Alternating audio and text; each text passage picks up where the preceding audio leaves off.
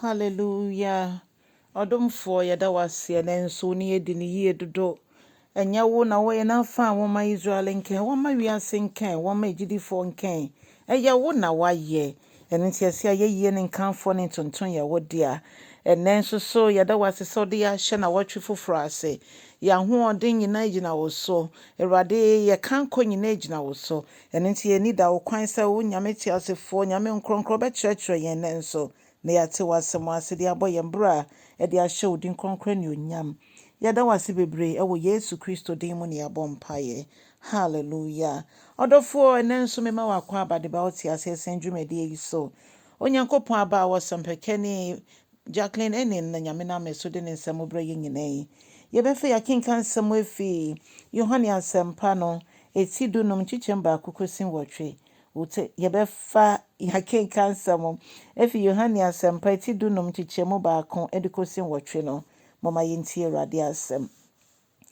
mini nokura bobe no na meja ene okuafo no ose man bi a enso aba no metwa atwene na ne so aba ne de meyiyi ho na aso aba bebre ose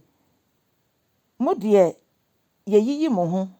na yate mo ho enam se matemasem nti montena me mu na me nso metena me mu na eman bia entimi nso aba wabra entimi mu efise ayete se de wate no ho efiri mi a me yebobe no ho eno nti eba ne sa na wontimi enso aba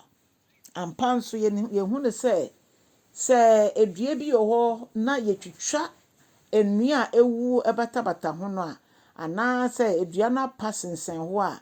ne be yanse ye betwa atwene ne yetwa atwene a eno nko anso ntimi nso aba agye se ebatabobe no ho na empo ne obata bebo no ho a onye na adwen so obeje na ho odin fi bobe no ho no ono nso so no na ho odin so te nti yetwa atwene ene ye boaboa no so ekohye odofo onyame ne ye ekase ene se yese yetene mu a na sese ye bata ne ho yie yetena ne mu yie ye nan ba ko ntimi nsi ba bi na ba ko nsi Kristo mu da bi ye ni kwan mfimfin kwan bia ekwan ye nim no ene se ye de ye ho ebebata Kristo ho na onyankopon so nya kwan eyiyi ye ho no ye kuafo no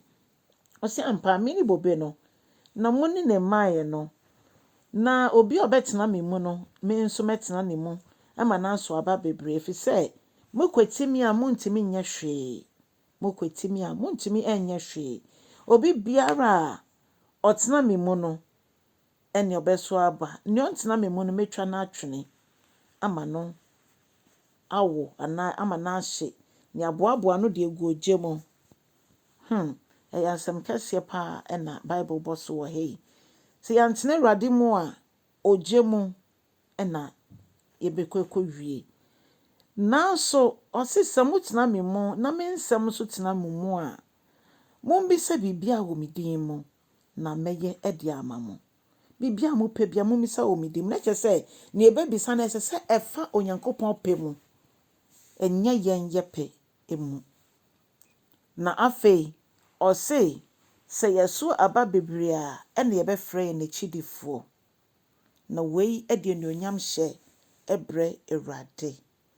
yeje nyankopon a oye ye nekuafo kese na wayiyi bobe no ho ama ya ye bata ne ho se ne mai no